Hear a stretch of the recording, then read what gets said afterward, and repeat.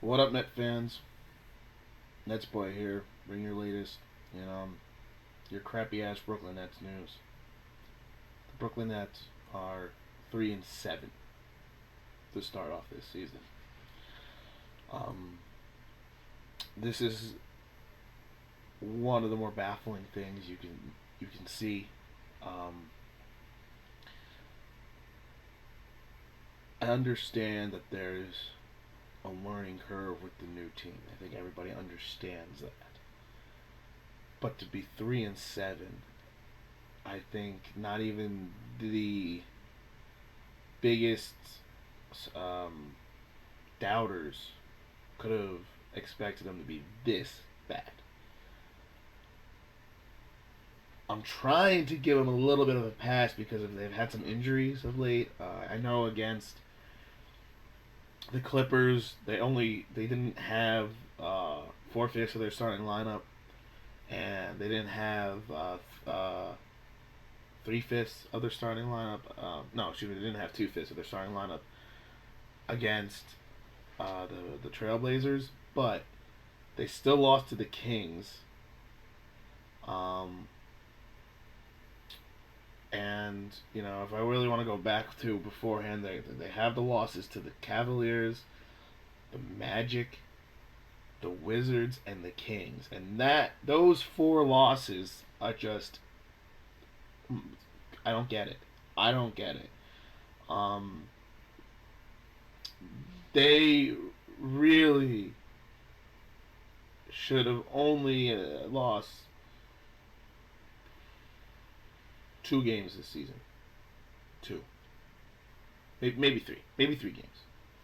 Um, it just doesn't make sense to me. It doesn't make any sense.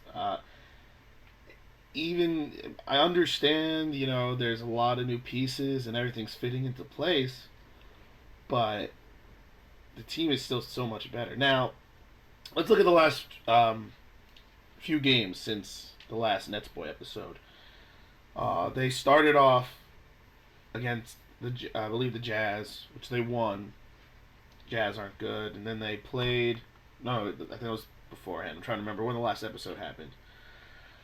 But then they went to Phoenix, and they had a very tough game. Almost lost to the Suns. Joe Johnson hit a big clutch shot like he always does, though. Really, that's got outplayed. Then they played the Clippers, but everybody was hurt against the Clippers, and they put up a really good fight. I actually thought they had a shot to beat the Clippers, but the Clippers were just too much, and they came out winning. And then the Trailblazers came, but between that, there was a game against the Kings, or it was before the Clippers. That game was the biggest disappointment in the history of being a Net. I don't understand. I mean, it doesn't make any sense. The team just looks so bad, and Kevin Garnett might be one of the worst players on the Nets right now. He just can't make a shot. He's turning the ball over. He's not being as lockdown defender as he normally is. Darian Williams with his ankles, he's always having ankle issues. It's like what the hell? And then Lopez rolls his ankle, and then freaking Karolinko has his back is spazzing because he's a spaz, and I don't know what the hell that else. And then, oh my god, oh my god, it's just like it doesn't matter what the Nets are. It doesn't matter. Sun peeking through. It doesn't matter like what the Nets do. They find ways to suck and find ways to lose games. You know what I mean? That's just what keeps on happening. It's ridiculous. It's absolutely ridiculous. And when I'm looking at it, it's just the same thing. They're turning the ball over. They're not playing to their strengths. They're still passing the ball too much. And mostly, they just seem lost out there. They really do. They seem like they don't understand the best way to play. And that's going to fall, obviously, onto Jason Kidd. And I said last time, if they didn't win 2 out of the next 3 games, that I think Jason Kidd should get fired. Well, I'm going to still give him a little bit of the benefit of the doubt because they've been hurt a lot. He hasn't had a healthy team the last few games, so I'm still going to give him a slide, but I am really saying Jason Kidd has got to be on the hot seat. He has to be on the hot seat. 3-7. He doesn't know what the hell he's doing. And I think you can see that. I think everyone can see that. I think the players are starting to see that, and it's not looking good for Jason Kidd. It's as simple as that. Um, they need to figure it out. They need to figure out how the best way to play. Jason Kidd needs to start being a coach and stop being such a little female dog on the side outside of the court like he has been.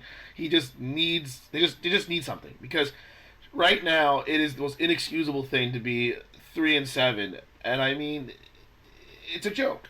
It's a joke. It's a joke. And there's a lot of teams like that who are right now looking at it and saying, it's a joke. Obviously the Knicks are 3-6 as well.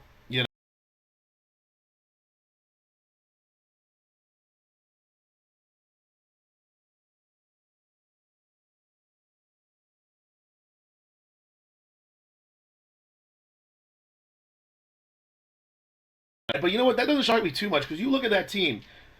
LaMarcus Aldridge, I said was my second best power forward in the game, and he to me is. I think right now he's playing like it. Damian Lillard is incredible. Robin Lopez, whatever. He provides a little bit of that center toughness that they need. But Nicholas Batum, Wesley Matthews. They got good pieces. What the hell is going on with the sun? I can't even fix it. I'm just gonna stay like this. Why not? Because you're just gonna get a big glare, and I can't position my camera any other way.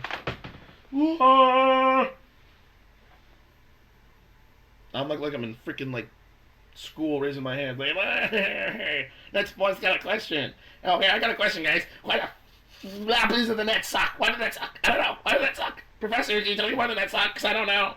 Well, actually, I do know. They just lost out there. They're just lost. They don't know how to play together, and Jason Kidd has done absolutely nothing to help them figure that out.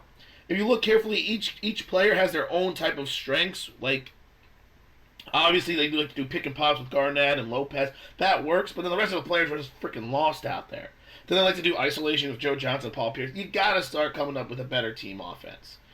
I mean, I feel like they should actually probably run more. Now, I know they're a little bit old, so they don't like to, but I think they need to have more of a fast-paced offense. And they just need to keep on going and keep on playing aggressive and just use their side. Pound the ball down low like they've been doing it, but don't force it. They're forcing it. When they get the ball inside, everyone else is just standing there saying, like, okay, they're going to go one-on-one and they'll score. No, they got to rotate the ball, pass it back out, find the open shot, and they just got to play better defense, too. That's the other thing. Their defense has been inexcusably bad. If there has been any silver lining, it's been the play of Mason Plumlee, which has been fantastic. He's like Chris Humphries, except, I don't know, not doing stupid things. I don't know. I like him a lot. And Sean Livingston has been absolutely incredible. He's better than Darren Williams so far. Hands down, Sean Livingston is better than Darren Williams in almost every way possible. He's scoring, he's passing, he's not turning the ball over. I love Sean Livingston, and I would have never thought I would say that at the beginning of this year.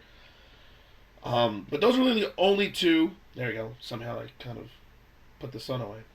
The only two silver linings that I've seen in this year so far has been the play of Plumlee and Sean Livingston.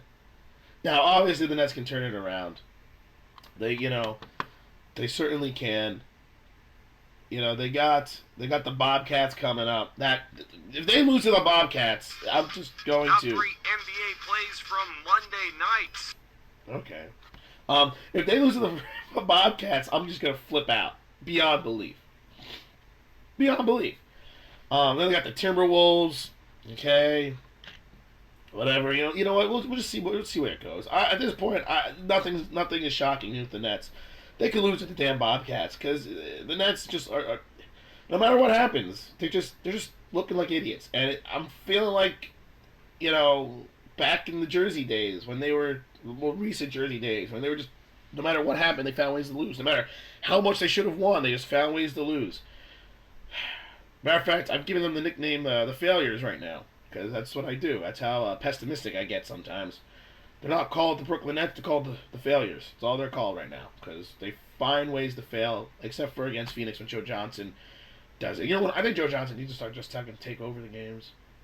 He needs to step up and just be like, you know what, all you guys are sucking. Except for really Brook Lopez, but he's out. All you guys are sucking. It's time for me to be that guy.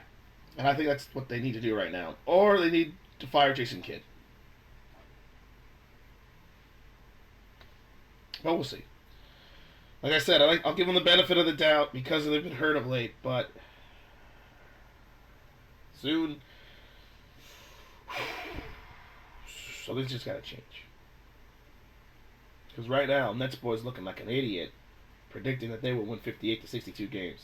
Because right now, they'll be lucky to even make the playoffs by the way they're playing. So, and NetsBoy does not like to look like an idiot. But anyway, we'll see what happens in the next few games. So this is NetsBoy. Not understanding why the Brooklyn Nets are being this bad. And signing off.